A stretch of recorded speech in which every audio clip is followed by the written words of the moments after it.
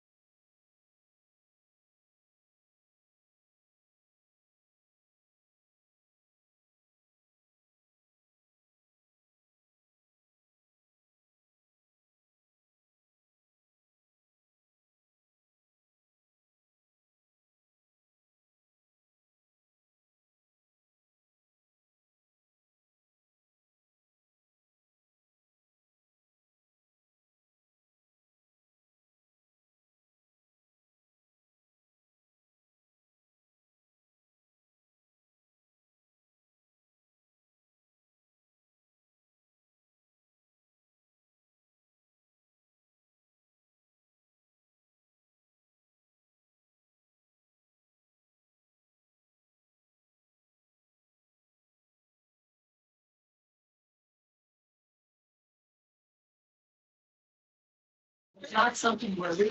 Yep.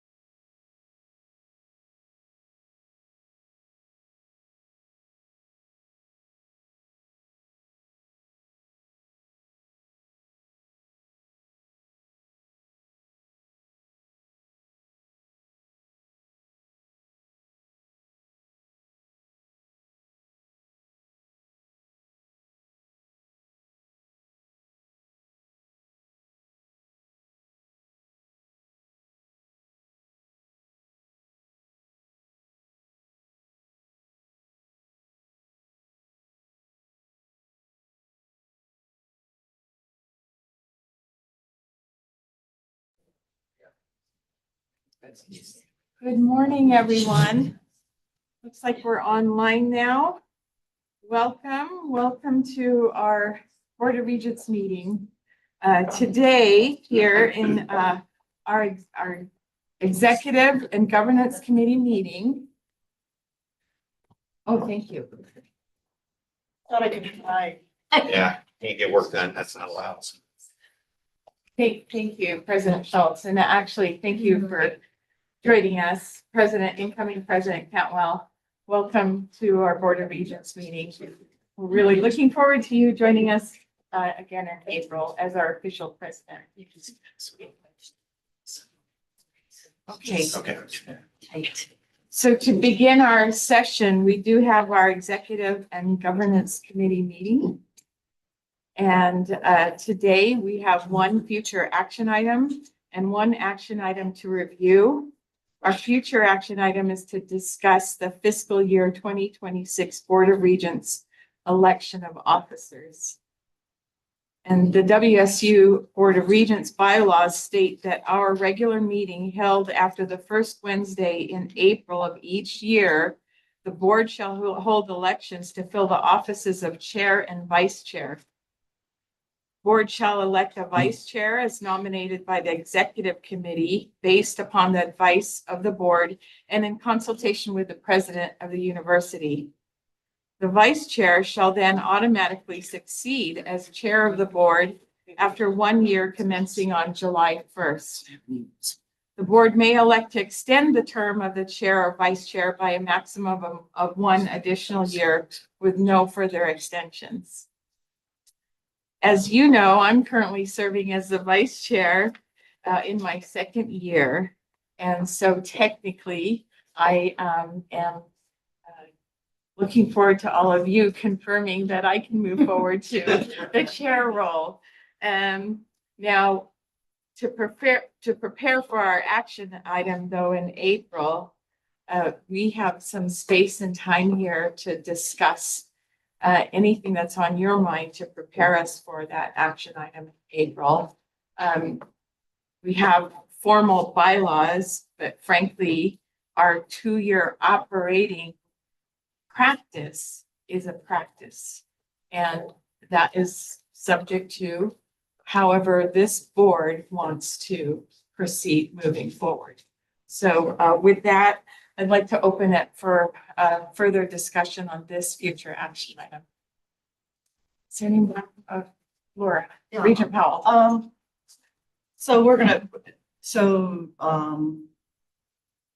We can talk about the 1 versus 2 year issue, or We can. what's the? The point of the discussion is to talk about our process, our Yeah. practice, And our slate. our Okay. readiness, and our slate. And the Okay. executive committee has made some effort to understand who would be on our slate. And so this is a repeat from 3 years prior now, where the existing vice chair gets to talk about themselves moving to a chair role and then election of officers. But the slate, as the executive committee has discussed, would be me rising as the chair of the board, and then Enrique Cerna, Regent Cerna, as the vice chair. But you're still opening it for other people to discussion. self-nominate like we did the last time. Is that correct? Correct. And frankly, if there's more interest in discussion, or people change their perceptions about whether or not they want to be in the role, they can reach out to our chair, Lisa, who's walking in the door here. Perfect timing. So Regent Powell, this is open space. Okay, so I mean, I'd like to just talk about the 1 versus 2 years. And traditionally, some of you know, we had always had a 1-year succession, and that was just the norm. We never, at least during my time, and what I know from the past, there had never been more than 1 year. I have to say that after going to my first Association of Governing Boards meeting and talking to people who use longer terms, that I was actually a very strong proponent of making it 2 years or 3 years even, which some do. However, And we didn't start really the 2-year thing until COVID. Just because, and Brett was really the first person to enter that 2-year succession, just because we had the COVID thing. And then I think there was a situation with,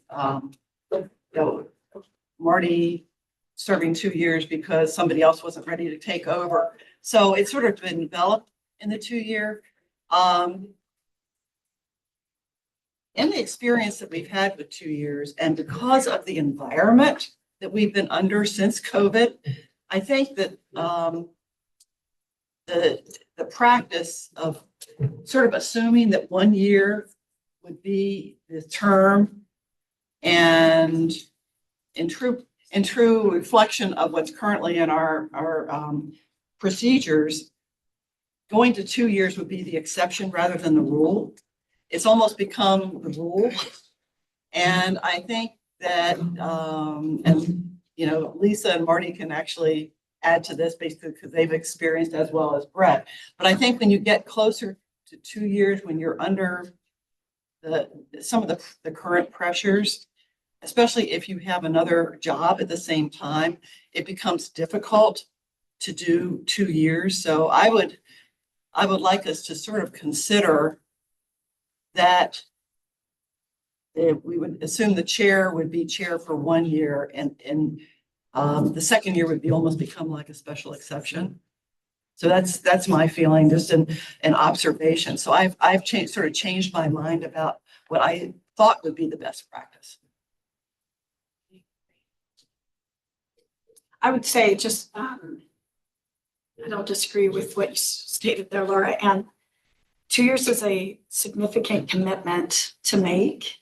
I would also say that I think it's a very different time to be leading, and the complexity of what you are trying to grasp and the amount of content that you need to be able to absorb while learning governance and leading, and trying to do that in 4 meetings is a pretty perfunctory type role, if that's what it's going to be, because 1 year does not allow for any kind of a ramp up, and in particular what we are about to enter into. So it's a conundrum because, again, I think 1 year is healthy and appropriate, but the bow wave of information, if we do the 1 year, it's really 2 years compressed into one is what it comes down to. And I think anybody looking at that role, as you all think about it, the time commitment is, you can't even really describe it, just based on what we have on our plates and before us. And to think about how that is stretched over 24 months, but it's condensed into 12, it's really significant. But it is also as Lisa or Regent Shower has often said, it's a unique space if you have a full-time career, and that is what she and I have both had to juggle during this period.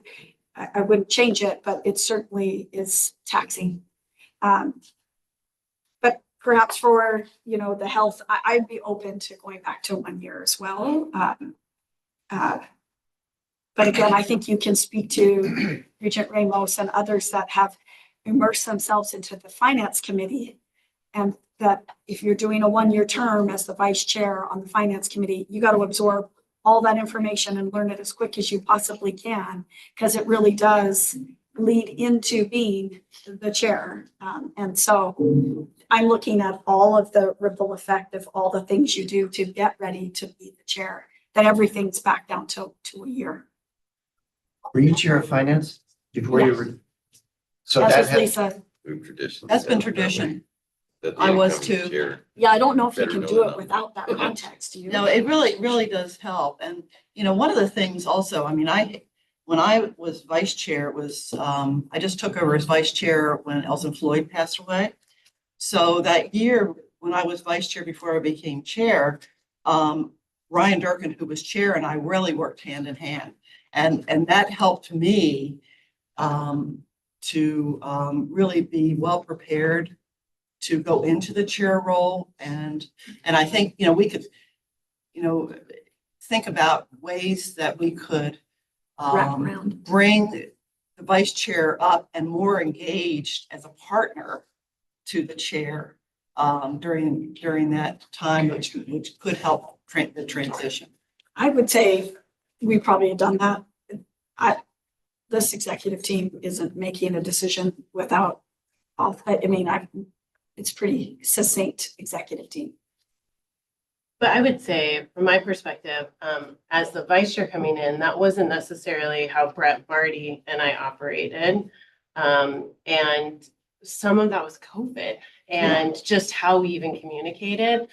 I believe strongly that I couldn't sit in this role as chair without Jen and Marty. And I've shared that multiple times because we each have different strengths that we're bringing to this board. I think when we talk about this conversation, we have to both talk about what's best for the university in terms of leadership and change and what is best for those that are saying yes to being a part of the succession of these officer roles. For me, I had to have a couple of years to plan in order to ensure that I could take the time away from work because it is a significant amount of time.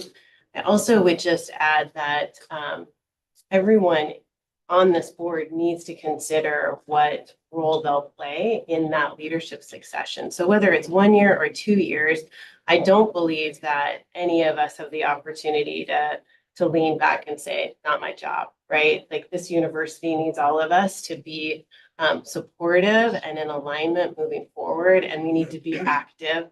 That's been the responsibility we've been bestowed by the governor. And so whether it's 1 year or 2 years, I think we all should be considering how we're gonna step into these roles. Regent Blankenship. So my modest input after hearing the input of my distinguished colleagues is I don't want to squander the unique talents of Regent Ramos and limit you to 1 year should you want to serve two. I like the flexibility of perhaps in principle, it's a 1 year term, but when we get the year, if you want to read up, then I think we should highly consider that. I like that flexibility. And I think we're in a unique time. You have a unique skill set. I think anyone around the table could chair the board very effectively. But in these unique times, I would be comfortable with you serving two. I'm very comfortable with the slate proposed by the executive committee. But I don't want to limit you to 1 year, if that's the Thank you. concept. I'd like to second what he said, partly because I might end up going to therapy during this time, or added therapy. But I also think that Regent Ramos has great qualities, and she's also been part of the executive committee, and obviously for me it'd be a lot of learning. But I also think we could do that well. But I'd like to leave that opportunity for that second year, if that is something that she would want to do, or we felt that that was the way to go. You know, many of us sit on other boards, public, private, philanthropic. One of the best practices is really to focus on what is best for the organization. And so our chair has already clearly stated that.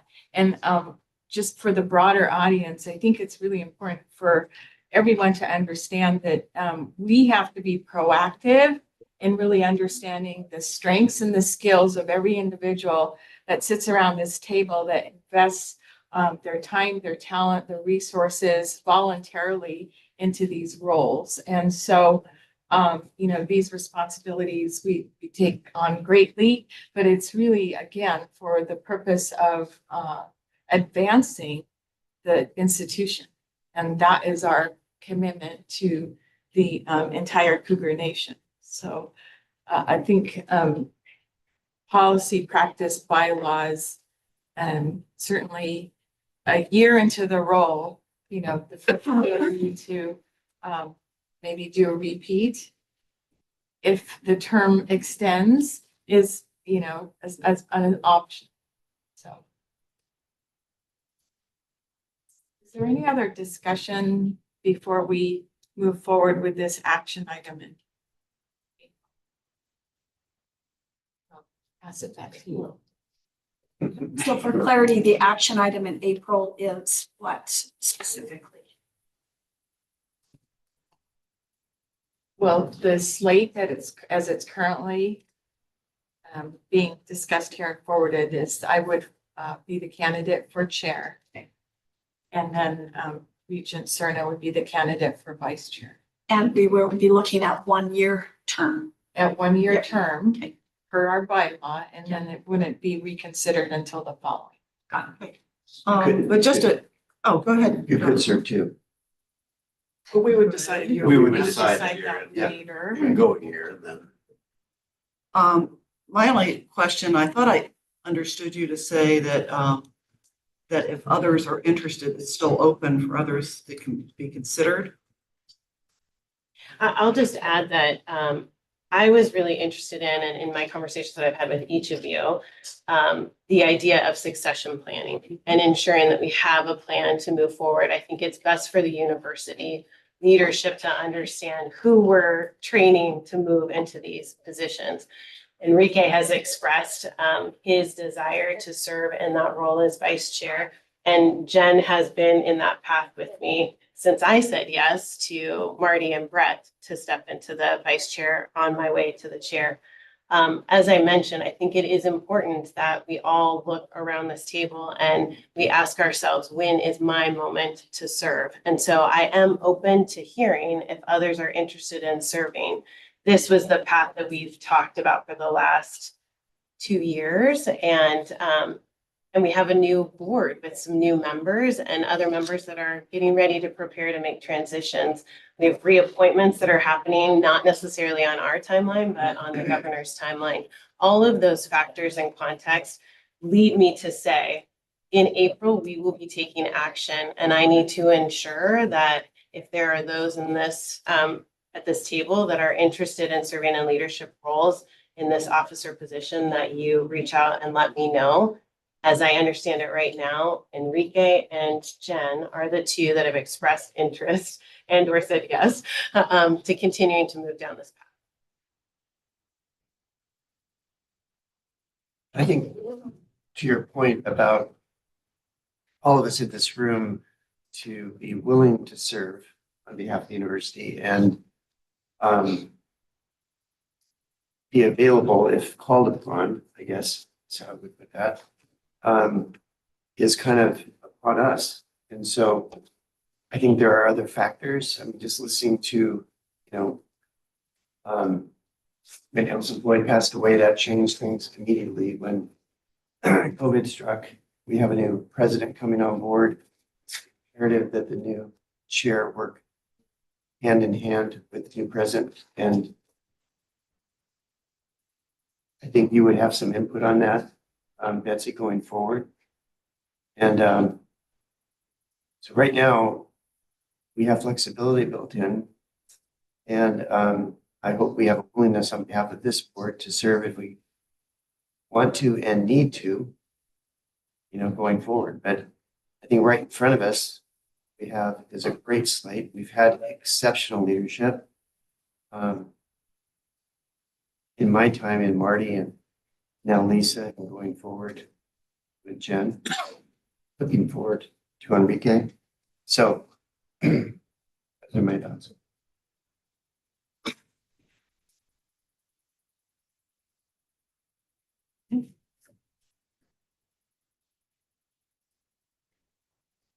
Are we concluding the discussion then? No final comments? I wish Cassandra wasn't leading. Yes. Student representative. Okay, Chair Shower, I'm turning it back to you. Thank you. Next up on our agenda is to talk about the presidential delegation of authority. Can we have okay. You Vice Chair, Ramos. So the Board of Regents authorizes authority to our president. And the board has had the opportunity to look at all of those delegations of authority, which there are multiple. And what we will be prepared to do tomorrow is to ensure in our transition of our president that our incoming president has been given the authority to lead. And so you have in your packet resolution 250307-726, and that is the specific delegation of authority which the Board of Regents needs to do so that when we have our next president ready to go, they are fully empowered to do so. Now, the resolution grants the continuation of all prior delegations of authority that had been given to President Schultz. So there is no recommendation to change any of those authorities at this time. Is there any discussion?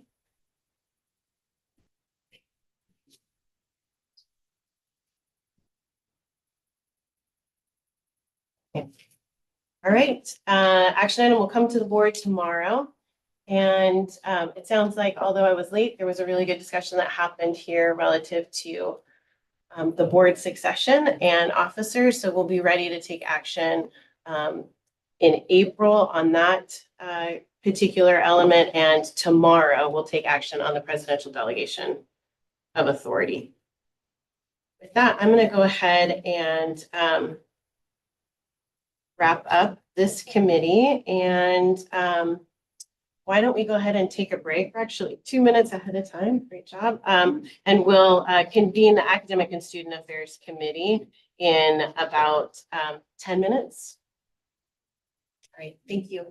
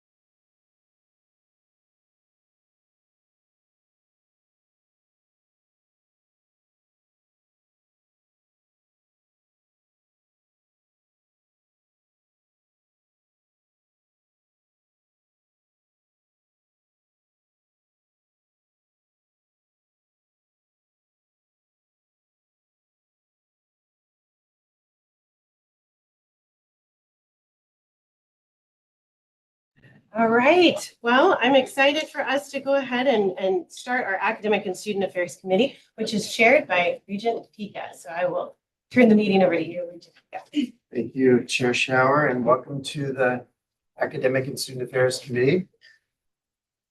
We have three, and I think I'm going to add another one, a surprise information item, and we have one action item to take tomorrow. So we're going to kick off by introducing Vice President of Research, Kim Kristen. And I would just say, having the benefit, we spent about an hour in your office a couple weeks ago.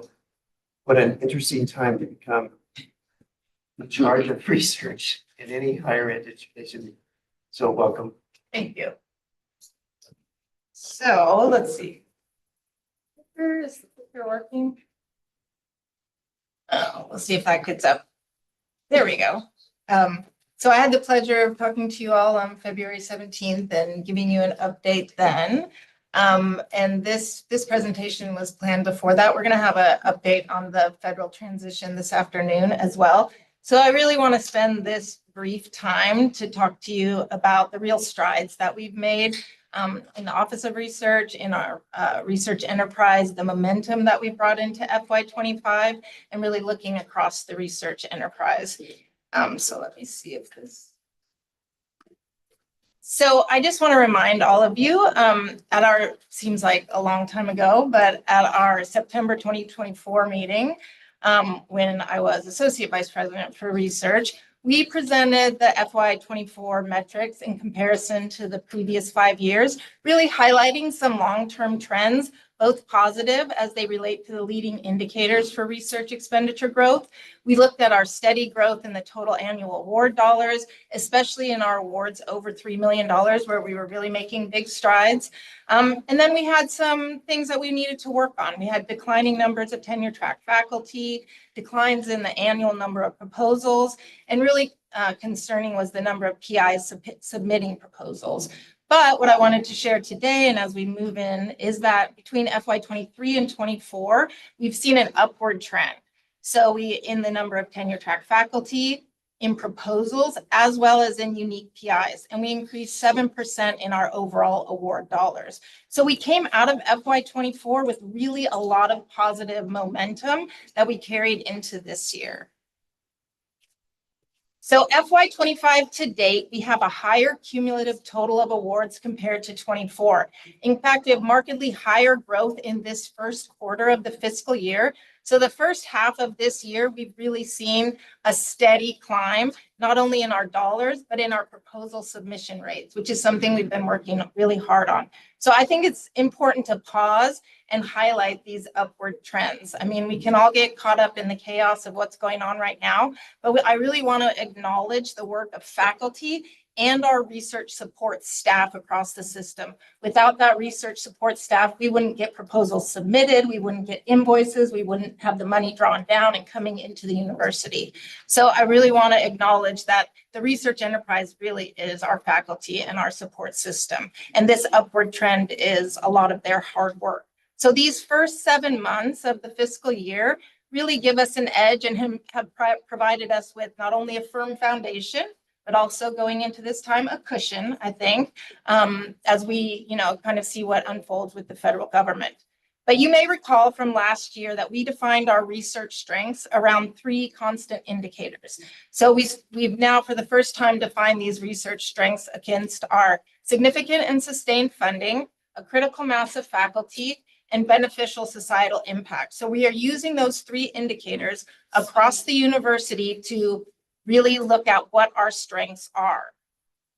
That crucial work really allowed us to assess not only our strengths, but our sub-strengths and look at our potentials for growth.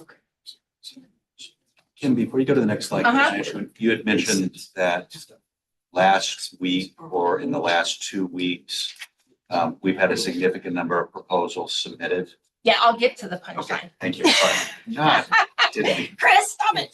Okay. I just say, to your point of a pause, just a really, that's Yeah. outstanding. Yes. Yes. It really is, really a big turnaround over the last year and a half, and it's something that we should all be proud of.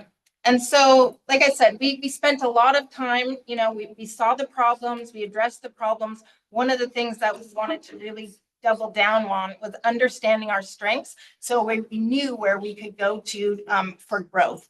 And so not only did we look at our strengths, we were looking really deeply into our sub strengths.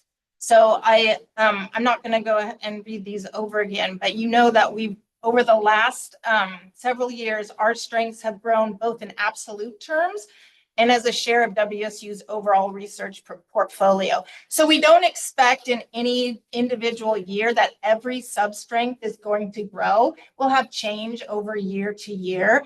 Some sub-strengths represent really established research areas in WSU, and other ones will vary. Some are going slower than others due to either a slowdown in certain types of investments, while other ones are growing because of agency priorities. So we can really look at these, and I want to talk about a few key examples so you can see what we're talking about when we're looking into these areas and how we see them growing, and then how we can target those for specific investments.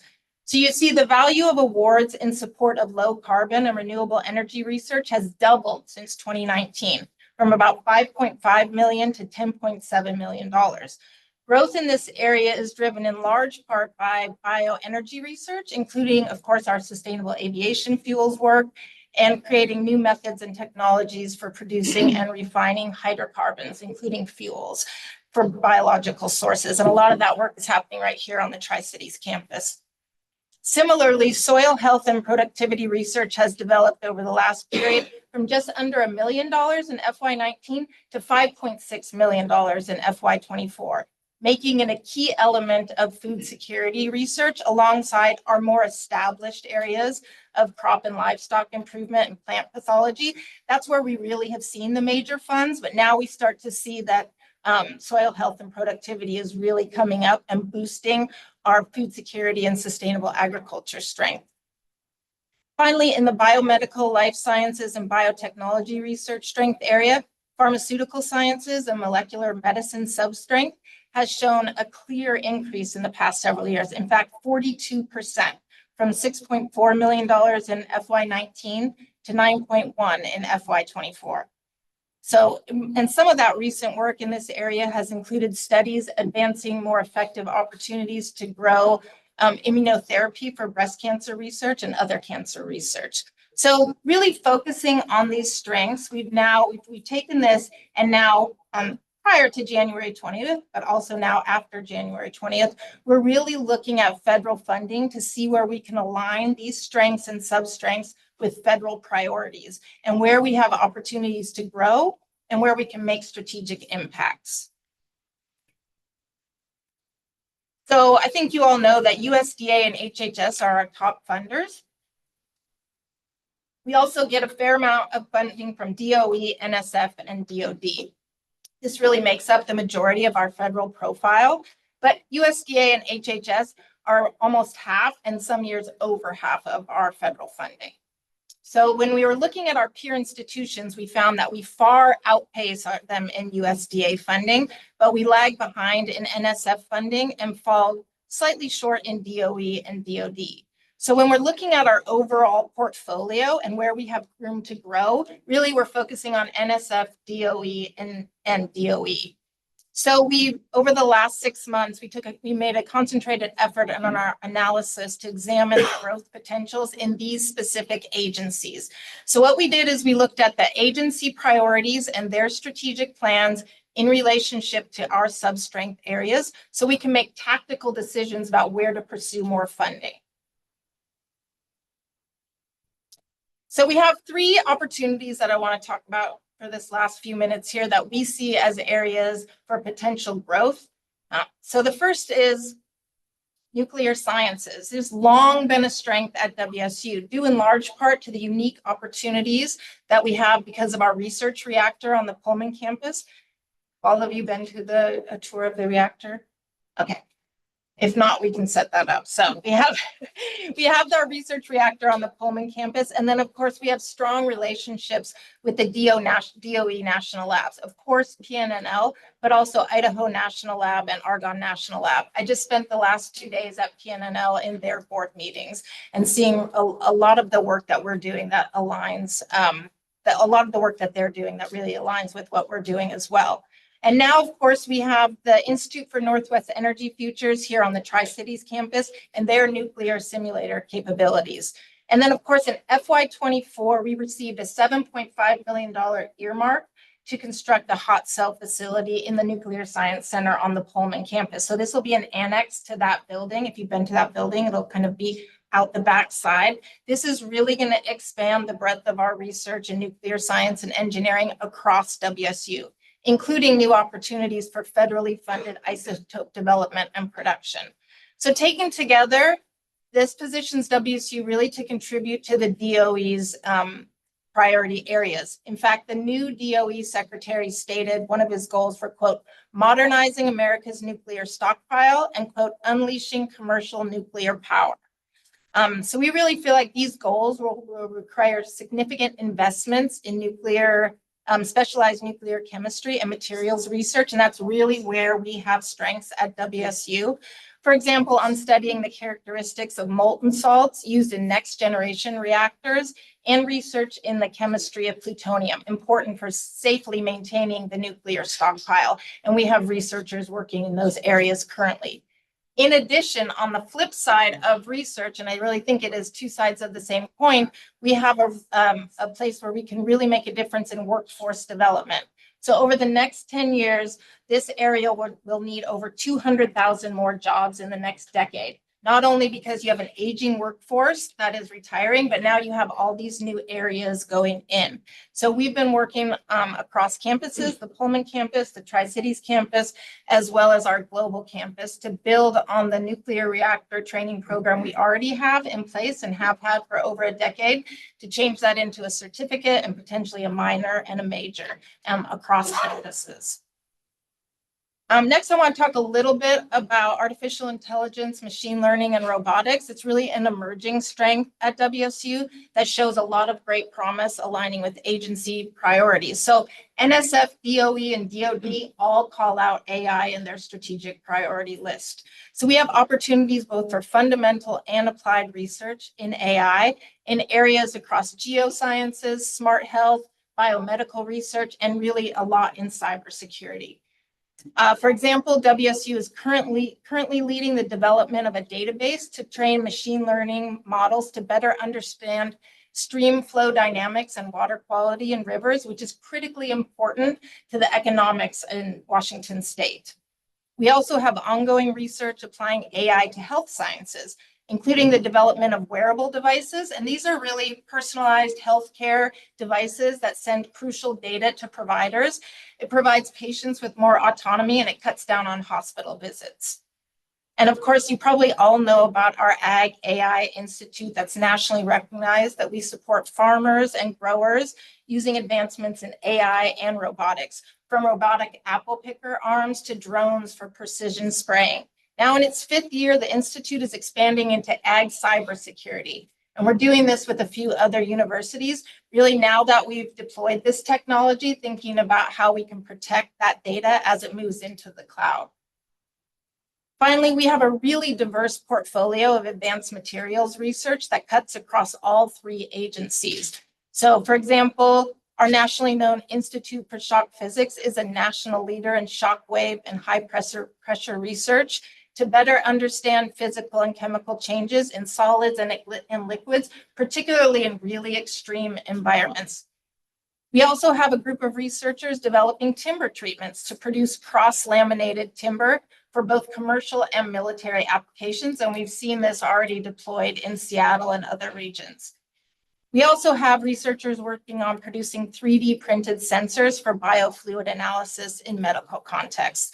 So I'll note here that I had these 3 areas that are from the data that we have had these slides done weeks ago. And as I sat at the PNNL board meetings yesterday, these are 3 areas that they also are really leaning into it for this next administration. So I think we have a lot of opportunities and a lot of areas where we can be optimistic, even as we transition into this federal administration. Having our strengths defined now in really consistent and measurable ways allows us to be agile and adapt to the situations that are in front of us. And it allows us to see what areas that we may need to protect and the areas that when we do have funds for investment that we'll be able to invest in. And I'll talk a little bit more about the overall research enterprise and where we see proposals and submissions and the other things when we get to our next section at 1:30. But this is the update that I wanted to give you for now, and I'm happy to take questions. And this, sorry, I'll say one more thing. Regent Ramos, at the last meeting, I asked you, what did you want to hear? And you said you wanted to hear about cool stuff. So I hope I provided that today. Awesome. Thank you. This is definitely cool stuff. And I'm pleased about forward-looking directions and the growth in the number of proposals, which you can't get money if you don't put them out the door. So Right. I think that's been great. Because I know there's been quite an effort to really help research faculty to really push forward with proposals. So I think that's all excellent. The other thing that I want to say is that in addition to building that research proposal, this is such an important part of education. I'll say when I was an undergraduate student, I had the opportunity to do research and summer research and so forth. And I know a number of the groups around the university do have undergraduates involved. And I just think it's such an important part of our ability to develop people, whether they go into research or just, it just expands their knowledge and their critical thinking capabilities. So I just think it's such an important part, and I applaud you and faculty that are doing this on really looking forward and building a great. Yeah, I mean, and I think across all of our areas, we have both undergraduate and graduate students involved that really kind of, pushes the research. Our graduate students are key to our research in all of our areas. I have Yes. just a quick question. I'm intrigued by the resurgence in nuclear research. Yes. But parallel to that, where are we with hydrogen? Well, we are many places with hydrogen. So we're part of the Pacific Northwest Association's Hydrogen Hub. So that was a $32 billion DOE funded project, and our portion of that is about 28 million. And so that is really looking a lot at workforce development. Part of that grant is paused at the moment, our community benefits portion, but our business development and data management portions are going forward. So it's important to note that. So we're doing that as well. On a positive note, we just got notice that we are moved to the next stage for an NSF Engineering Research Center, and that's led by Dr. Jacob Leachman, who has the only cryogenic hydrogen lab at a university in the United States. And that part will be specifically looking at aviation, but Jake's applications span across a lot of things. We also have a DOE award that we just got that through Dr. Leachman for a hydrogen refueling station at WSU. And this is something that we really can think, especially for farmers. If you get a chance to go to Jake's lab and you meet his graduate students, there's one that comes from Colfax. He's just was amazing when I got to meet him, but there's others that work there really looking at hydrogen fuel applications for these large machinery to help farmers. So we have a fairly big footprint in the hydrogen space. Fantastic. The questions? Evelyn? Yes. Yesterday you were on a PNNL meeting. Yes. So the VPRs at UW and WSU, whoever's in the position, sits on the PNNL board. Like an ex officio thing? Yes. So talk about that partnership there with them. We have a longstanding partnership with them that kind of breaks down into 3 areas. We have joint appointments for faculty, PNNL employees joint at WSU, WSU joint with PNNL. We have a distinguished graduate program with them where we have grad students, again, that work at WSU and PNNL. And then we have 3 joint institutes where we tackle specific problems and do research together. And then we have we have a special teaming agreement. So we do work on grants and proposals together in sort of a negotiated rate.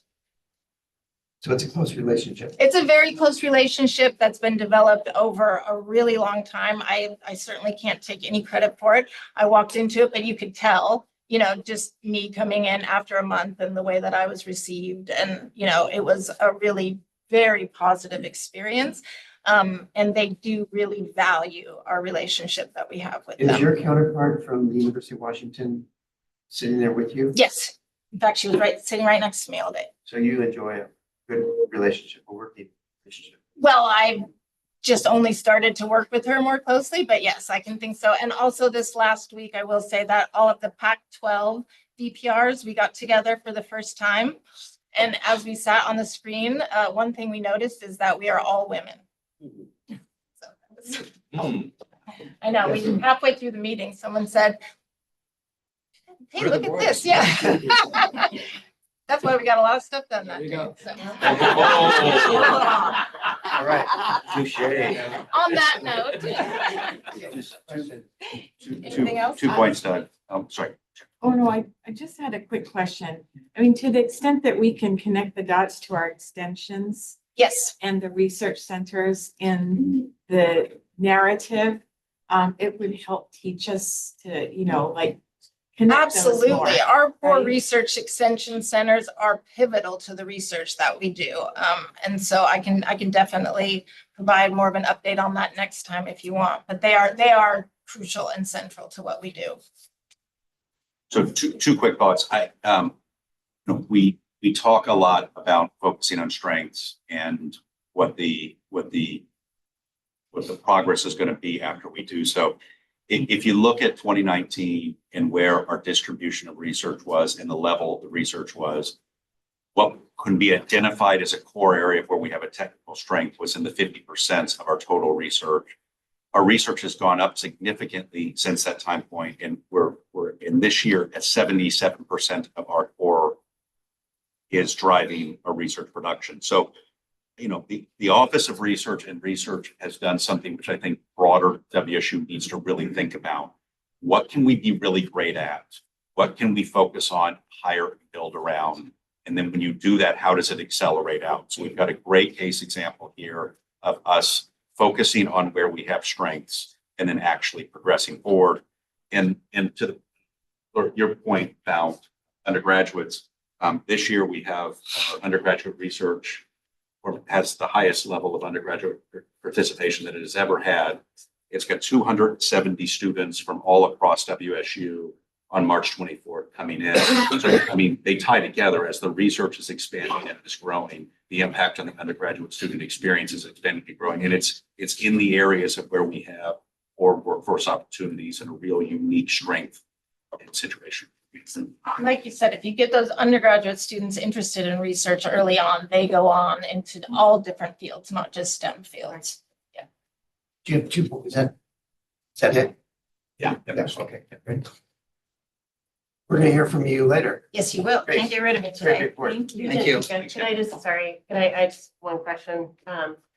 I was impressed to see the increase in the value of awards. Mhm. And I was hoping whether now or in the future, you could share with us some of the reasons for that and how can we continue to support the increase in awards. So there's a lot to celebrate. I think that was already mentioned. That's a significant increase in 1 year. And so just trying to understand what those factors were and how do we continue to prioritize those factors moving forward. Yeah, and we did look closely at that 7% and where those jumps were. And they were in 3 particular strength areas. So we can definitely talk about that more. But also I will say that the general increase there was strategic investments made around the grand challenges, leading up to 2019, that we really did sort of see the fruits of that after 3 or 4 years of those investments into certain areas. So that's why, as Chris alluded to in the work that we were doing around the research strengths, we also put together a plan for a strategic research investment fund that may not come around this year because we'll have other challenges, but that will look specifically at targeting those areas that we know we're poised for growth and really making explicit investments, whether those investments are faculty, whether those investments are equipment, whether those investments are in terms of support for developing centers like the Engineering Research Center. So there's not a one size fits all. That's just what I want to say, is that we can't just throw money at the problem. We have to understand where the strengths are, understand where the growth is, and then give people what they need to go to that next level. Can I underscore one thing there that I think is really important for boards to understand, is that even if you just throw money at it, you don't see results starting for 3 to 5 years. Right. So research game is not, we invest 1 year and we see an uptick. Yeah. It is a longer game. It's really important for the kinds of investments that she's. I think it's also important as we start to talk about our strategic plan. And I think Leslie will probably maybe roll her eyes when I say this, but we've had conversations about the budget is not the place to make decisions on strategy. And there's a need for us to be investing. Right. And so saying yes deeply in areas and then being ready to say no in other areas. So what I really appreciate about your presentation is not only we've seen the investment that was made, which there was a vision for that 3 to 4 years ago, but that we have identified our strengths. So in this position that I'm in, I don't often understand how we're good at everything. And I need to understand how we're the best in some things so that we can start to align that with our strategies and our budget. Exactly. So I really appreciate the dialogue and the Yeah, I mean, that was the crucial work of last year, was really, getting into that. And I will say that we had broad acceptance of this across colleges, across campuses, because we did it out in the open. We didn't make secret about it. We got everybody involved, and it really is defining, what are we? What are our strengths? That doesn't mean we can't value the other research that is happening, because we absolutely do. This is where we have a critical mass of faculty. This is where we can make really big strides. That's what we're saying in this. So Thank you. thank you. All right, moving on. As you recall, in January, we had our first mission moment.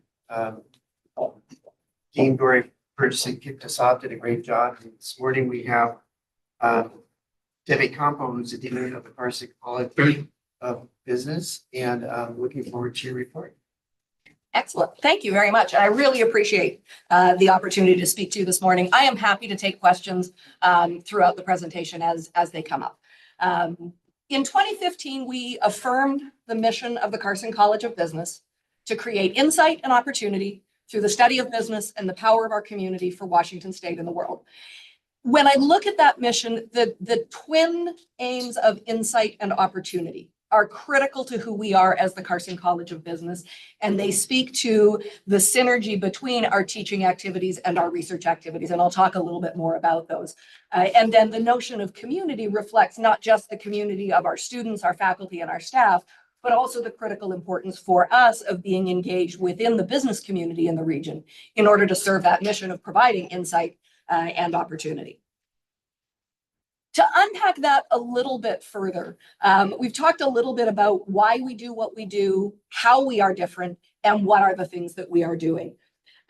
We believe in the transformative potential of business education. We are transforming the lives of our students who graduate from our programs, their families whose lives are transformed by the economic value that they create in their own lives, and their communities through the work that they do that can change the lives of others through their organizational activities.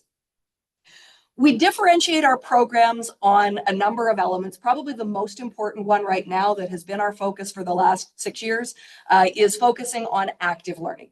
Having our students engaged in the learning process, not passively sitting taking notes, but actively doing things that require them to apply their knowledge as they learn.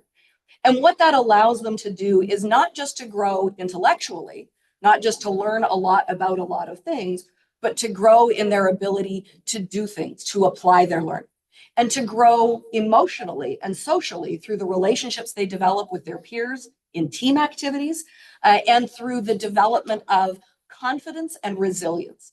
And when I look at the success of our students, their ability to be confident in their knowledge and their understanding and resilient in the face of challenges is what is critical to them as they enter into the workplace, so that they're prepared to take out opportunities as they are faced with them once they graduate and leave our halls. And so those are the really critical differentiating features of our programs. Our research is also critical to us because it is through our research that faculty deepen their understanding of the practice of business and are able to teach our students about best practices for business to make sure that they are ready to go out into the world. And that's critical to keeping our programs relevant to what industry needs from us as we're producing graduates. Finally, we have 5 strategic goals. These were established in our 2015 strategic planning process. I did put them in the handout that comes here. We seek for our face-to-face undergraduate programs to be the program of choice within the Pacific Northwest. And by several dimensions, I would say that we are. And by all dimensions, I would say we are at least number 2. And so looking at that, we've worked really hard to build on that program. We also have a goal for our online programs to be a program of choice for working professionals seeking a value-based degree. And I'll talk a little bit more about both the undergrad and the MBA programs later. Beyond the students who major in business, we understand that far more students, graduates of Washington State University, are going to work in business than choose to major in business. And so our third goal with respect to our programs is to provide opportunities for business education across the university. And so we have a number of programs, and I'll talk about one of them today, our Center for Entrepreneurship, that seeks to provide that business education across the university.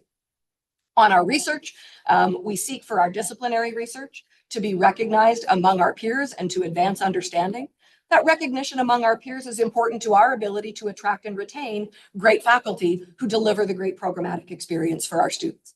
And finally, we've invested a lot over the last 8 years to build the influence of our insights on practice, to get the word about our research out into practice. And the most recent data on stories from WSU Insider that get picked up into the media, Carson College of Business had 9 stories among the top cited stories from WSU Insider last year, including 3 in the top 10. So we've got our faculty really engaged in sharing and promoting what they are learning from their research and its relevance to practice. So let me talk then about 3 things that we're doing. The first one I want to talk about is our Center for Entrepreneurship. It's one of 7 centers in the Carson College of Business, and it is where we engage our entrepreneurial programming for our students within the Carson College of Business and for students across the university. Across the university, we run every year a business plan competition. The business plan competition, and you see here the trade show that's associated with our business plan competition. It starts in January, runs through to the final in April. We have a league of students from Washington State University who compete. We have an open league of schools from across the state and the region. We get about a half a dozen students who come and compete from across the region. And we have a high school league where we're starting to try to get kids who are younger engaged in and thinking about entrepreneurship. From our business plan competition over the last 10 years, we've had more than 1,200 students engage in the business plan competition. It's generated 35 ventures that have launched and are in some form of operation. And some of those ventures have generated venture funding on the order of about $7 million. That led to our entrepreneurial activities being ranked this year by the Princeton Review among the top 50 undergraduate programs. And that's the first time we've been recognized there. The second thing I want to talk about with respect to our entrepreneurship activities is our community consulting programs. This started at the Vancouver campus in a program called Business Growth and Mentor Alliance Program.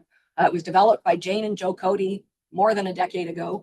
And it was an opportunity for students in their capstone entrepreneurship class to go out and engage with real small business clients in the region to be able to solve real business problems. So taking all that learning that they've done and applying it out into the messy world where nothing is ever neat as it looks in a textbook. And the students really have to use those skills. And Vancouver did some assessment a number of years ago to say that since 2014, they've provided over 200,000 hours of consulting services to small businesses in the Portland and Vancouver region, to 460 small businesses.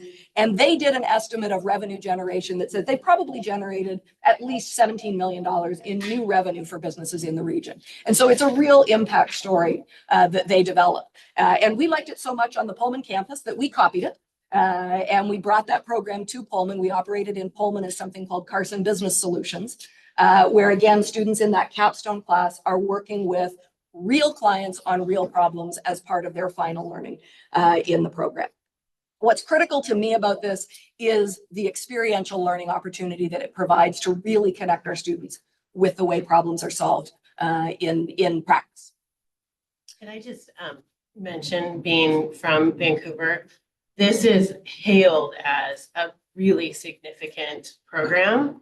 And from an employer standpoint, I really want students that have been through consulting to understand what it means to be a consultant. And so I just want to congratulate you on this program moving beyond Vancouver. There are multiple small businesses that are thriving because of the intervention that WSU has provided and support. Thank you. Yeah, absolutely.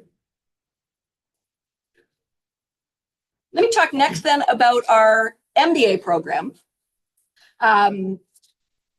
In 2017, we decided to close our face-to-face MBA program in Pullman.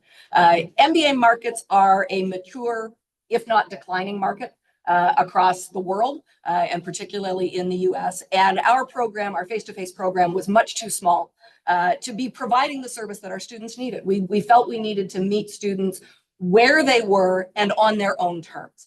And so we invested heavily in our online programs. We moved our MBA offering to fully online in a format that is distinctly targeted at working professional students around the region. We are hailed particularly for our friendliness and support to veterans. And so you see there an MBA student who was actively deployed during the time that he was pursuing his MBA. And that ability to do this online allows us to serve students no matter where they are in the world. To do that, we operate with a model that is designed around scale while also preserving active learning and community. And how that model works is something we call a carousel model, where students come in and they take the courses largely in the sequence that they are operating. So they come in, and if they join in fall 2025, they may take finance first and organizational behavior second and what have you. If they come in January, they'll take a different set of courses in a different order.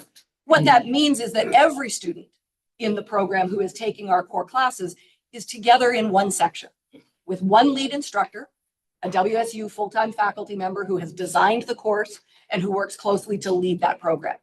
But every 25 to 30 students has a section instructor, and those section instructors include both our current faculty as well as people that we hire from around the country to provide that more personalized experience so that you've got one person you can go to with your immediate questions. Our program is very, very well regarded in the market. You can see our rankings from US News and World Report. We continue to be well regarded by our peers. I know you have heard of the struggles we have had with our enrollment in the program. We are still today about triple the enrollment that we were when we started our online, when we closed our face-to-face program. So we are still operating a healthy program. We are at about 50% of where our program was 4 years ago. And so that decline in enrollment has been devastating for us, both in terms of serving our mission, but also in terms of our budget.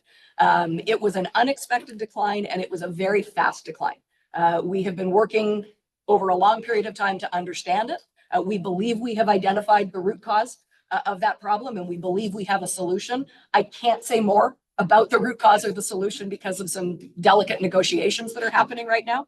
But we expect to be able to see enrollment turning around probably by about around spring 26 is when I hope we'll start to see the numbers coming back to where they were. It is going to take us a couple of years to recover the ground.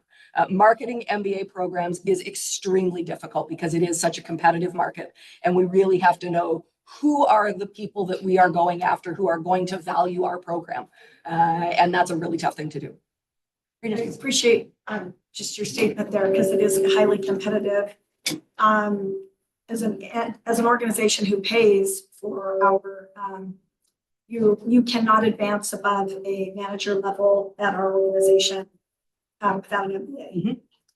And then we pay for our employees to get that. Are you looking at how to partner perhaps with regional employers that maybe have programs like that we could go in and kind of double down? We do have some programs like that in the region. Looking at for corporate clients, we can offer some degree of tuition discount. We are somewhat limited in the discounting that we can do by WSU policy, appropriately so. But certainly that's something that I'd be happy to talk more about. It'd be really interesting just because of that carousel model that you're speaking to. Just knowing we have up and coming executives, for example, speaking only for my entity, my organization, but just the flexibility and that mobility of online and the regional component, because, you know, we're having to work and go really outside of what I think we want to, as far as just some very perhaps non-traditional online programs. And so it could be something just to kind of dive a little further into. Appreciate that a lot. So I think the most important thing about our MBA program is because it's meeting the needs of working professionals, because it's online, we've also been able to maintain that active learning process, getting students really engaged through the way they do workplace assignments that provide not only immediate learning benefit to them, but immediate learning benefit to their employers as they are solving the real problems and challenges of their own organizations while they learn and develop their MBA. So I think there is a strong success story in our MBA, but it is probably the thing I spend most of my time on these days as a challenge that we really need to solve to make sure we stay healthy. Finally, I want to talk about our undergraduate program. We launched a program we call the Next Carson Coug back in 2019. It was a complete overhaul of our undergraduate program designed to understand how we need to deliver undergraduate education for the current environment. It resulted in our total dedication to active learning, which meant dropping our class sizes to a maximum of 70 so that students can be engaged in discussions, in simulations, in case studies, so that they can be applying their knowledge as they learn it. And that application is critical to transferring that knowledge to the workplace when they get out. We also made some other curricular changes that I've listed there. And that was 2019. And then in the spring of 2020, we went online and stayed that way for a year and a half. And active learning in an online, fully Zoom environment was not an easy thing to do. And we lost momentum. And so we really reset the program around the fall of 2022, kind of saying, all right, we need to step back and reset and start over. And so we're starting to see those students now coming through. We are seeing success from this program. We see increased attendance in almost all of our classes. Not because we say attendance is required and if you don't show up, we'll yell at you, but because we say there's value to coming to class. And if you don't come to class, you're not going to get the value of that class. And I think our students are seeing that and they're voting with their feet to show up to class. We are also hearing from our National Board of Advisors, who are often actively involved in mentoring our students, that we're seeing the changes that we want to see in our students. We've just set forth a task force this year. One of the challenges in that last point, the crisis and clarity, we've been able to do that with our undergraduate program because it was subsidized by the MBA program. Offering classes with a maximum size of 70 is very expensive. And it was being subsidized by our MBA program. And now that our MBA program is operating at a smaller level, we don't have that subsidy. And so we're really struggling with the financial sustainability of the undergraduate choices we've made. And so we have a task force this year that's looking at what have we learned from 6 years of operating the Next Carson Coug program, and what can we do to enhance the financial sustainability of that model without compromising the goal of active learning, which remains central. And everything I have seen with the developments of generative AI over the last several years tells me that active learning is the only answer in undergraduate business education that will keep our students from using generative AI as an alternative to learning rather than an aid to their learning. And so we are committed to this program and its direction, but we know we have some work to do to change it. Thank you. Thank you. Wonderful. Other questions? When you move a program like the MBA program to online, what are the tuition implications? You're going to ask me a hard Does it question. does it change tuition, whether you're meeting in class or whether you're meeting?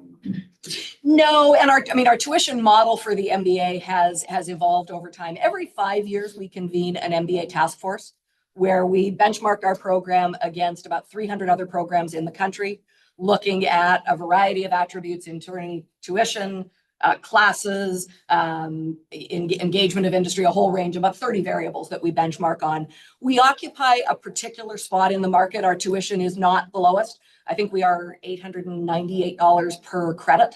And there are a number of programs that are cheaper than that. And there is a flight to low cost provider amongst a number of programs. We think overall that will be unhealthy for the market because we won't be seeing the learning value of students coming out of an MBA program. So we're staying in that middle value range. By comparison, tuition at some of the elite face-to-face programs is probably pushing $150,000 now for a program, and we're somewhere in the 40s. Are the issues that you're facing happening elsewhere, in other schools? Some of them, yes. Most other schools at the undergraduate level are opting to say the only way we can scale is to offer huge classes to undergraduate students at the lower division level, make them 200-300, and we'll get to active learning when they get to third and fourth year. I don't think that's the right model. The data from the National Center for Student Engagement has always said if you're going to invest in small classes and student engagement, the place to do it is at the freshman level. As students are coming in and learning what it means to be a college student, that's where you should put the resources. And so that's what we've chosen to do. So that challenge is of making our program expensive is one that is unique to us because of a strategic choice we made. And we think it's the right choice, but we have to figure out how to make it work. Our MBA challenges, the particular challenge we're facing right now is pretty unique. I don't think other programs are seeing quite the same loss of enrollment that we are, but certainly it is and has been a mature market and probably a declining market for a while. And again, we think the position we're occupying in the market is the one that has durability for us once we can be properly marketing it. When you think about one aspect of our mission, which is to strengthen the economy of all of our communities, and you spoke about the role of consulting earlier to local businesses. How much potential is there to advance a discussion on cross-disciplinary type, collaboration inside of WSU where the engineers, who want to do startups are really connecting the dots to your school and the potential for veterinary business and medical, just how strong is that collaboration or narrative internally? Yes, great question. And I can point to a couple of things. It is there. The narrative is present internally. It can be stronger.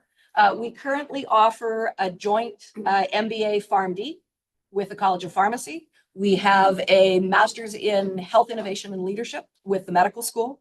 We have conversations ongoing with the vet school to do a similar kind of a joint program there. So we have those programs in our MBA. We also have some joint undergraduate certificates, the biomedical business, within our college, aging business management is an area that we do reach out to a lot of places. And then our Center for Entrepreneurship, one of the goals of the center over the next several years is to really expand that outreach. The business plan competition, students come from every college within WSU to compete in the business plan competition. And again, I think we can do more to be a little bit more intentional about how we do that and what is our role versus another college's role, and how do we pull those things together in a way that really achieves the objectives that we need to of that interdisciplinary education. Thank you. Kind of a really, Okay. it's related. Raising Rainbow's comment though, on your sticky note to-do list to think about would be cross relationship with, say, honors, Yes, because there's a lot of people learn farming, no production ag. They can go do it, but the business of farming is lagging. And that's where some skill sets could be cross shared. agreed. I would love to do that. And I actually have a very similar thing, only coming from my area, which is chemistry. Mm. Because I can tell you that with my career, it would have been so helpful to have had some of the business background. Now, I went to school a long time ago, so you just didn't have that option. And eventually I took executive ed courses and to help supplement. But boy, it would have been so wonderful to be able to have one of these sort of, well, whether it's a hybrid or it's options to take some key business courses and training as an undergraduate and a graduate student to be able to learn the finances. So I know it takes a lot for faculty and a lot of other bridging to be done, but I just think it would be such a helpful thing, regardless of what type of career people have. Yeah. Even if it's in an academic career, you still need to understand, how to manage and execute budgets and what it all means. And I think rather than learn it by osmosis, it'd be good to learn it by through education. Yeah, great point. We do all of our business core courses are open to enrollment from students from any discipline. So they are not restricted to business only students. We sometimes have restrictions based on capacity, but even there, we've probably got in many of our business core classes, we've probably got 20 or 30% non-business students in it. We also offer a minor in business that would be open to students in any of those areas. We probably haven't done enough to promote that and to work with other colleges on how do we effectively deliver that. I had the opportunity, I was chatting with a colleague at Auburn University, and they have extensive study abroad programs, as do we. One of the things they've done in their study abroad programs is they've built a study abroad program that would allow students to earn a business minor on a study abroad program. And that's something I'd like to look at, because putting together a package of courses like that in a format that would make it really accessible to students, I think is a way to start to build up some of that capability. Could I maybe add a comment from the student perspective? I'll just say that the Center for Entrepreneurship it's a fantastic center. And as a student who's participated in the BPC, who isn't in Carson, was a fantastic experience, had a huge impact on me as an undergrad. And outside of the BPC, just attending, guest speaker events through the center and, getting to meet professionals from a lot of different fields and learning things about professional development that I was not exposed to as someone who got degrees from 2 different colleges at WSU. I just want to really sing the praises of this center, kind of related to some of the comments of the other regents and how useful those skills have been now as a grad student in some of the others that we've been exposed to. So. Thank you, Regent. Appreciate that. Good intel. One more? Yeah, just one more, on a different topic. With the Center for Entrepreneurship, I wonder, what are your linkages like with the Extension Service to see if maybe there are ways to help more broadly educate throughout the state through extension? Currently not, I mean, I think non-existent. So. This is something we have significantly in our radar. We have significant opportunity within extension, both in Connors, but outside of Connors. And in my previous institution, about 20% of extension faculty were across the other colleges, and you can leverage that significant capacity out. So we, for example, most of the small business loans across the state of Missouri are done through extension, through University of Missouri, and a huge percentage of those then go back into ag, go back into smaller groups, et cetera. So that's something we've been discussing as a part of the dean search that we're in right now, and a path that we're going to need to leverage. And maybe one related note on that, different but kind of in a similar vein about providing the educational opportunity elsewhere. As we've recognized the risk of having so much of our financial health dependent on the MBA program, we are working right now with a company to start delivering non-degree, non-credit courses, professional development courses, again, in an online scalable mode. And so we're working right now on the development of our set of first courses. And that I think will also give us a platform to start to explore the possibilities for stackable credentials that I think will also be a big part of the future of business education as the traditional 18 to 22-year-old model becomes less our future. We want to start to develop that capacity as well. Dean Campbell, thank you. Thank you. Great mission moment. Thanks. We have, yes, we have another information item, which Provost Riley Tillman is going to present on the delegated authority regarding the renaming of the College of Education. And we'll be joined by Dean Thomas Brown, who can talk a little bit more about this. In my previous institution, we had gone through the process of renaming the College of Education while I was in the provost office, and then right as I rolled into the dean position. Colleges of Education obviously started out as teacher education colleges. It remains a significant part of the portfolio. But as time has moved on, they've essentially turned into large, dynamic, and really different from university to university social science, human science divisions. Ours has some unique natures to it. When we had surveyed at Missouri what all AAU institutions had done, there were two that were remaining with simply the College of Education title, Missouri being one of those things, one of them. And it has some really significant challenges. I want Karen to get the opportunity to talk about those with ours, but I was pleased to see that this was started, how Karen has navigated the politics and the conversations as quickly, given that she just started. It's impressive. This took a lot longer at Missouri than you've accomplished it in, but move it over to you. So the College of Education has 3 core departments. Our departments are not predominantly education. We have kinesiology, we have athletic training, we have sports management, then we have teaching and learning, which is a combination of human sciences as well as teaching and learning. And so once I started, but in fact, when I was interviewing for the position, I recognized that something needed to change. We were not capturing market share. Nobody knew what we were doing. People didn't understand that future students could potentially come to our college. And so one of the things I did very early, which was last August, was pull all the data for research that had been done and surveys that had been sent out. It turned out that we had surveyed over 4,400 students, alumni, and community members about the need for a college name change. And we had an 86% return saying that we should change the college's name. So it was simply a matter of figuring out what was a combination of words, quite literally, that would better represent what we do, capture all our majors, capture all our departments, and then also be a sort of foundation for a rebranding and a refocus of what we do, so we can talk about who we are, what we do, but more importantly, what we want to be known for in the future.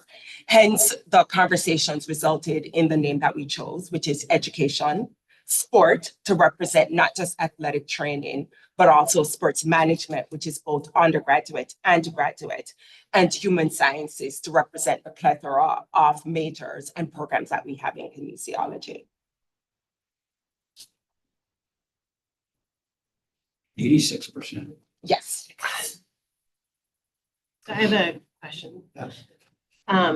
My master's degree is actually in the School of Education, which surprised me. And so my question is around, are these typically combined together under an education college?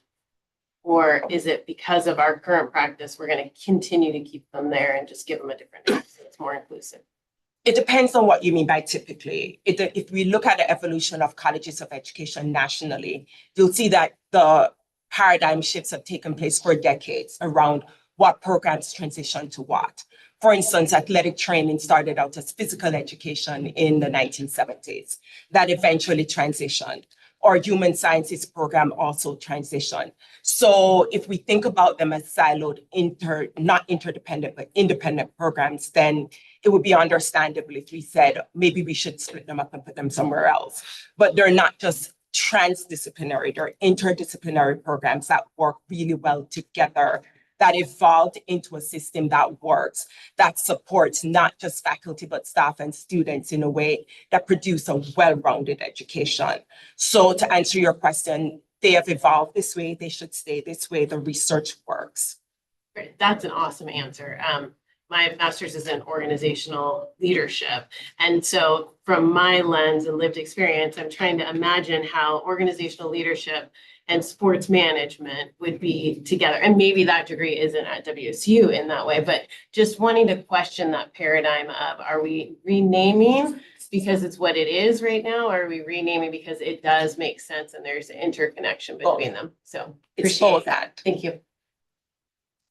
This is your first time talking into work. Do you want to introduce yourself a little bit and a little background? I should have, of course, done that first. But Sure. So.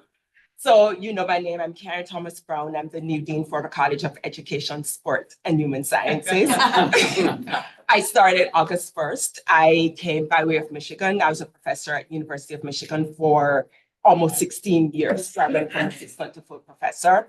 I also ran several education programs in the greater Detroit area that improved and built teacher capacity. And I also worked at University of Washington, the competition, for 3 years, whereas an associate dean in the College of Engineering. My background is STEM. I have an earth science bachelor's and PhD. We're glad you saw the light Yeah. and came over to our side of the street. Yes. And to say Karen is making a difference is an understatement. But higher. Welcome. Thank you. I like the name. I appreciate calling out human sciences. Yes. Because when you think about organizational leadership, it is actually about the study of human beings and how they behave. Most of the time, not great. So, but I like the name. I think it is, it depicts a lot of what you just shared there, but I understand it better now. So I appreciate giving appropriate due to each area. Thanks for saying that, because that's the whole point. People simply understanding who we are and what we do simply by looking at our name, as opposed to then asking for 10 minutes, can I explain to you what we do and who we are? And so by picking a name that's so representative, it is easier for us to brand and to get more attention. I have a little question about the human sciences, because when I Yes. read this, I mean, my thought was, okay, you have psychology and arts and sciences. I'm assuming that's where it's located. And then you have the human medical sciences. So I just was wondering that, so it just seemed a little confusing to me that it would be put as human sciences here, which sounds very broad. Yes. It encompasses everything, but yet it's only a narrow part. It is not a narrow It's part. not. Okay, No. so it sounds, just from what I read here, it sounded like it was. No, it is absolutely not. If we look at what we've done in kinesiology and just the significance, if we talked about our research presenter that was here earlier and talking about all the grand challenges around artificial intelligence, robotics, those are the work that we actually do in kinesiology right now. Yes, we do a lot of that work in kinesiology right now. Last year, we had 2 sets of grants that were funded. One was $3 million that looked at how we were looking at artificial intelligence in multilingual education. We had another funding that came in through kinesiology that particularly looked at mobility in pregnant women. So it is not a small part of what we do, but let's take it a step further. If you want a future student in engineering, medicine, nursing, they have to go through my students. So we prepare the future teachers that train the future scientists. And so it is not a small part of what we do. It's actually significant and foundational to what we do. Okay, thank you for that. Sure. Can you give a little more background on the sports management part of this? I'm just curious. Sports management is an incredible program that offers bachelor's, master's, and PhD programs in our college. It has been sitting in our college for over 20 years. And we have trained some of the most amazing sports managers in this country, including the current manager of the Seahawks.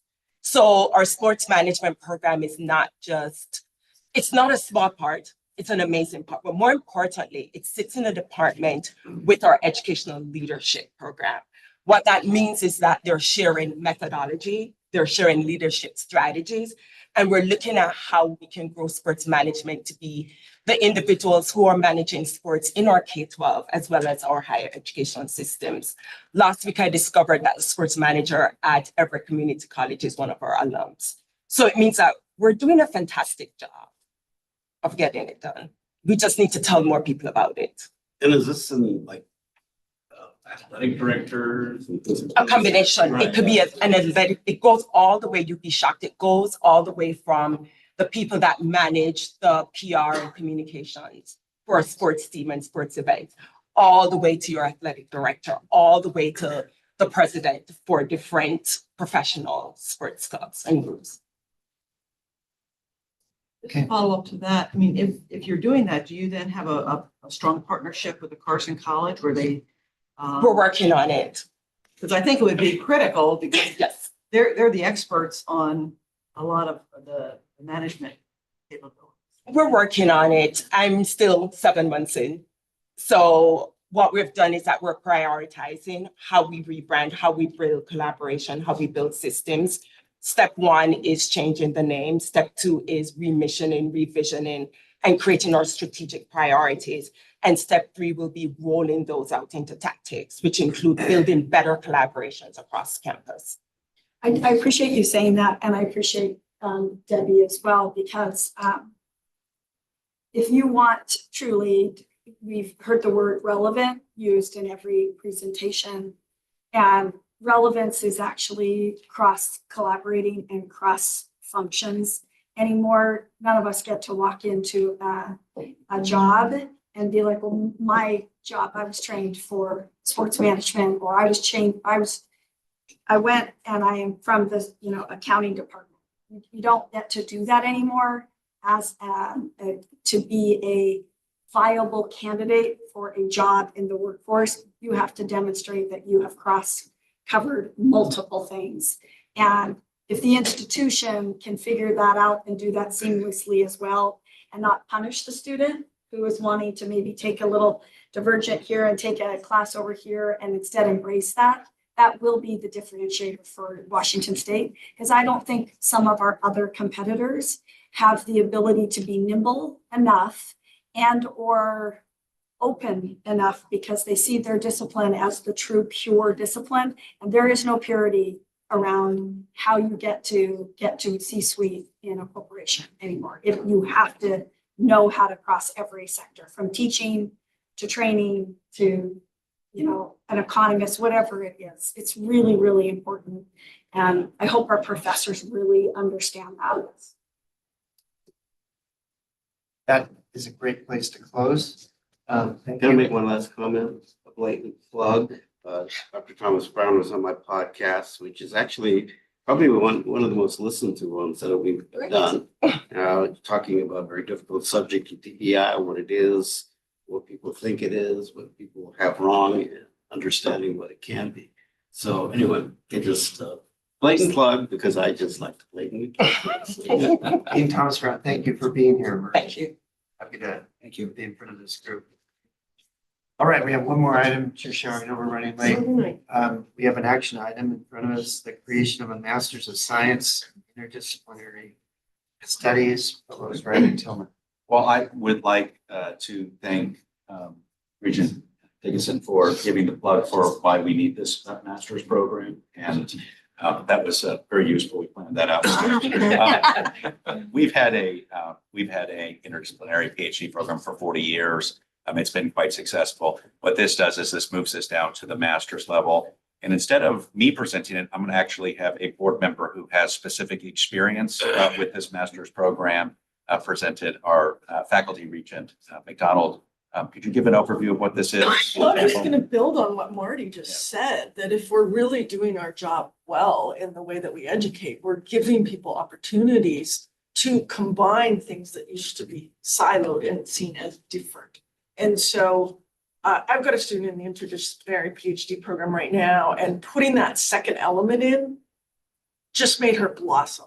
I mean, she went from kind of struggling and all of a sudden she's just alive. And you wouldn't think that putting more into a program would make a student thrive, but it really does. And so what this does is it gives us an opportunity now to take students that have this ability to see 2 or 3 things at once as really valuable and to pull together a master's for them. I think it's just an excellent way to open up our programs to do exactly what Marty recommended. So we've seen some real success with this in the PhD space, and that's typical of a number of spaces. There's a push for this in the master space so that you could combine economics and education, or you could combine, different pieces and move into a direction that really makes sense for you. And so we're excited about this moving forward. It'll be an action item coming up Tomorrow. Yeah. Yeah, great. All right. Time check, we're over. I'm sorry about That's that, okay. but it was a And great. you had a cool presentation. committee today there. Yeah. There was lots of fun stuff. Back to you. Okay, all right, well, thank you. We are gonna take a break and have some lunch. We will be back for our next committee at 1:30 today. Meet again? Hey, Mike?